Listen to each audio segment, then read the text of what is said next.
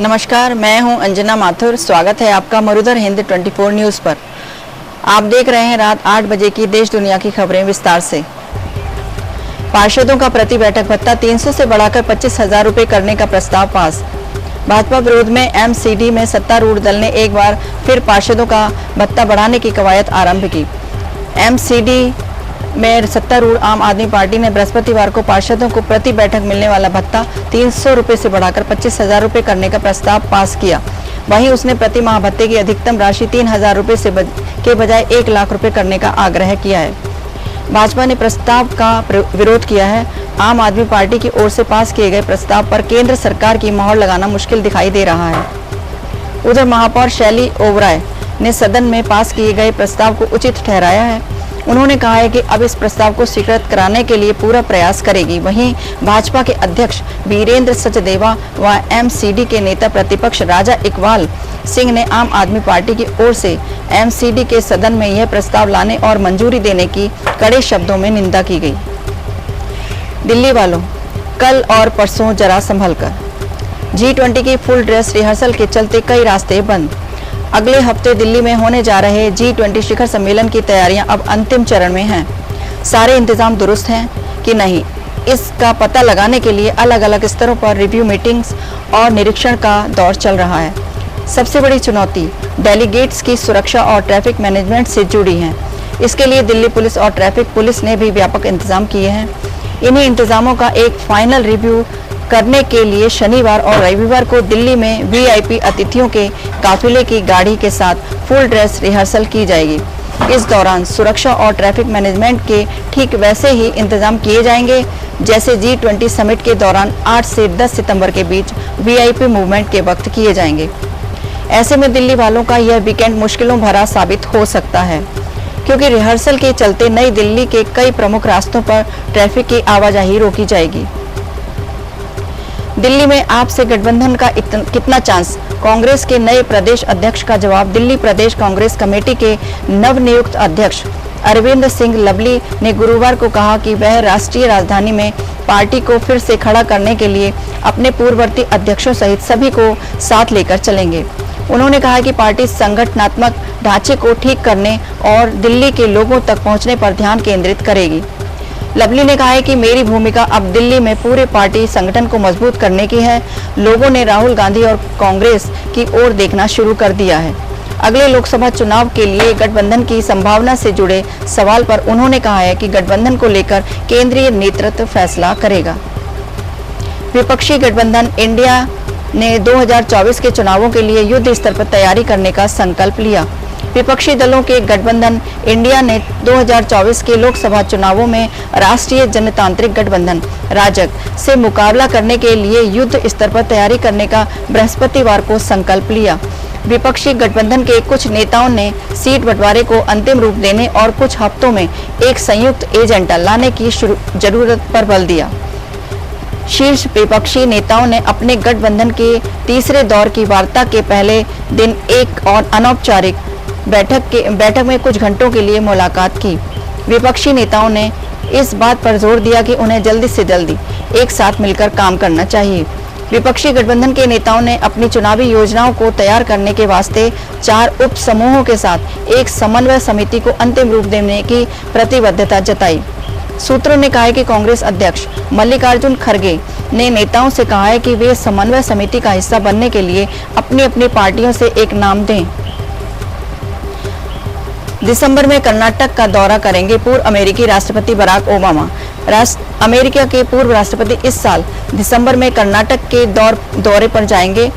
वह मांड्या में बौद्ध गुरु दलाई लामा के साथ अंतर्राष्ट्रीय योग और ध्यान केंद्र की आधारशिला रखेंगे। भूताई ट्रस्ट के अध्यक्ष और अमेरिकी डॉक्टर लक्ष्मी नरसिम्हा मूर्ति मांड्या जिले के प्रभारी मंत्री चेलू बरैया स्वामी के नेतृत्व में एक प्रतिनिधिमंडल ने गुरुवार को कर्नाटक के मुख्यमंत्री सिद्धारमैया से मुलाकात की। प्रतिनिधिमंडल ने दिसंबर में बराक ओबामा की मांड्या यात्रा के संबंध में चर्चा की।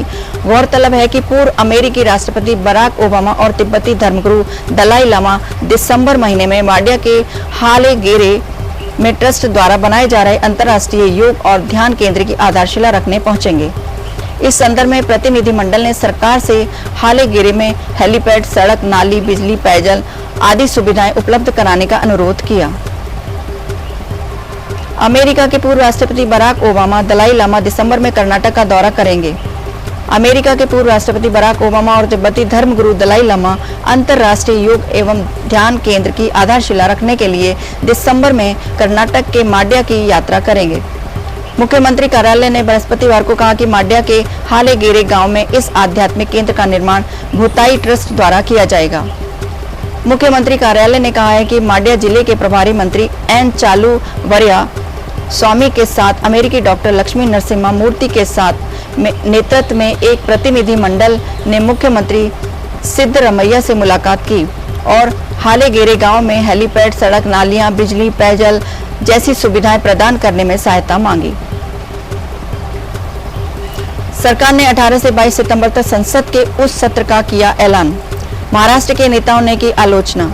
उन्होंने सोशल मीडिया प्लेटफॉर्म ट्विटर पर लिखा, संसद का विशेष सत्र, 17वीं लोकसभा का 13वां सत्र और राज्यसभा का 261वां सत्र 18 से 22 सितंबर को बुलाया गया है। हालांकि संसद के इस विशेष सत्र का एजेंडा क्या होगा, इस बारे में आधिकारिक तौर पर कुछ भी नहीं बताया गया है। ये भी कयास लगाए जा रहे हैं कि संभवतः संसद को पुरानी से नई इमारत में शिफ्ट करने के इरादे से इस विशेष सत्र को बुलाया गया है। कुछ लोगों का ये मानना है कि अचानक से बुलाए गए इस सत्र के दौरान सरकार कोई महत्वपूर्ण बिल को भी पास करवा सकती है, लेकिन फिलहाल ये सब केवल अटकलें हैं। इस बीच तमाम दलों के नेता संसद के विशेष सत्र बुलाए जाने की टाइमिंग पर सवाल उठाते हुए तीखी प्रतिक्रिया दे रहे हैं। हरियाणा में बीजेपी जेजेपी गठबंधन में खींचतान, चौधरी वीरेंद्र का जेजेपी पर हमला।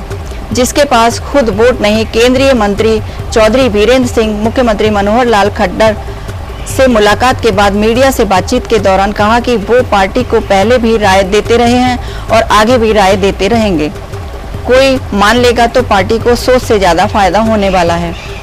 उन्होंने कहा कि बीजेपी की वोटिंग स्ट्रेंथ काफी मजबूत है। जो वोट पहले कांग्रेस के होते थे आज बीजेपी के हैं।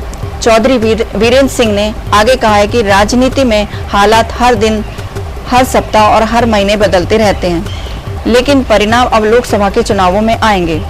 उसको देखकर ही आगे की रणनीति बनाई जाएगी। केंद्रीय मंत्री ने डिप्टी सीएम दुष्यंत चौटाला पर तंज कसते हुए कहा है कि आज उसके पास वोट नहीं है तो बीजेपी को कहां से वोट दिलाएंगे। मैंने किया के बीच क्यों अचानक आम आदमी पार्टी ने उपराज्यपाल को दिया क्रेडिट। राजधानी दिल्ली में G20 सम्मेलन की तैयारी जोर शोर से चल रही है। पूरी दिल्ली को सजाया संवारा जा रहा है। खासकर नई दिल्ली इलाके में तो सब कुछ चकाचक कर दिया गया है। दिल्ली को दुल्हन बनाए जाने को लेकर केंद्र और राज्य सरकार के बीच क्रेडिट की होड़ मची हुई है। आम आदमी पार्टी आप जहां अरविंद केजरीवाल सरकार को श्रेय दे रहे हैं, तो भारतीय जनता पार्टी का कहना है कि सब कुछ केंद्र सरकार ने ही किया है। लेकिन इस बीच लोग उस समय हैरान रह गए जब आपके प्रवक्ताओं ने क्रेडिट LGV सक्सेना को दे दिया। लोगों ने पलट कर पूछना शुरू कर दिया कि आपने तो कहा था कि सारा काम केजरीवाल सरकार ने किया है, तो फिर अचानक LG को क्रेडिट क्यों। दरअसल एक फव्वारे को लेकर विवाद खड़ा हो गया है जिसमें शिवलिंग जैसी आकृति दिख रही है। आम आदमी पार्टी ने इसे शिवलिंग का अपमान बताते हुए LGV सक्सेना और भारतीय जनता पार्टी को निशाना बनाना शुरू कर दिया। आपकी राष्ट्रीय प्रवक्ता प्रियंका कक्कड़ ने फव्वारे के सामने LG को अधिकारियों से कुछ बातचीत करते हुए एक तस्वीर भी X पर साझा की और सक्सेना पर निशाना साधा। वक्त से पहले हो सकते हैं लोकसभा चुनाव, भंग हो सकती है संसद। चुनाव आयोग बोला हम हैं तैयार। केंद्र सरकार की मोदी सरकार ने 18 सितंबर से 22 सितंबर तक संसद का विशेष सत्र बुलाया है। सूत्रों का दावा है कि 17वीं लोकसभा जल्द ही भंग हो सकती है और समय से पहले चुनाव कराए जा सकते हैं। 18 सितंबर से शुरू होने वाला 17वीं लोकसभा का आखिरी सत्र हो सकता है। सूत्रों ने आगे बताया, अगर लोकसभा भंग हुई तो विधानसभा चुनावों के साथ लोकसभा चुनाव कराया जा सकता है। विधानसभा के साथ लोकसभा चुनाव कराने के लिए चुनाव आयोग को तैयारियों के लिए 1 महीने का वक्त चाहिए। कई राजनीतिक पार्टियों के नेता भी कह चुके हैं कि मोदी सरकार समय से पहले चुनाव करा सकती है आमतौर पर संसद के 3 सत्र होते हैं। इसमें बजट सत्र, मानसून सत्र और शीतकालीन सत्र शामिल हैं। विशेष परिस्थितियों में संसद का विशेष सत्र बुलाए जाने का प्रावधान है।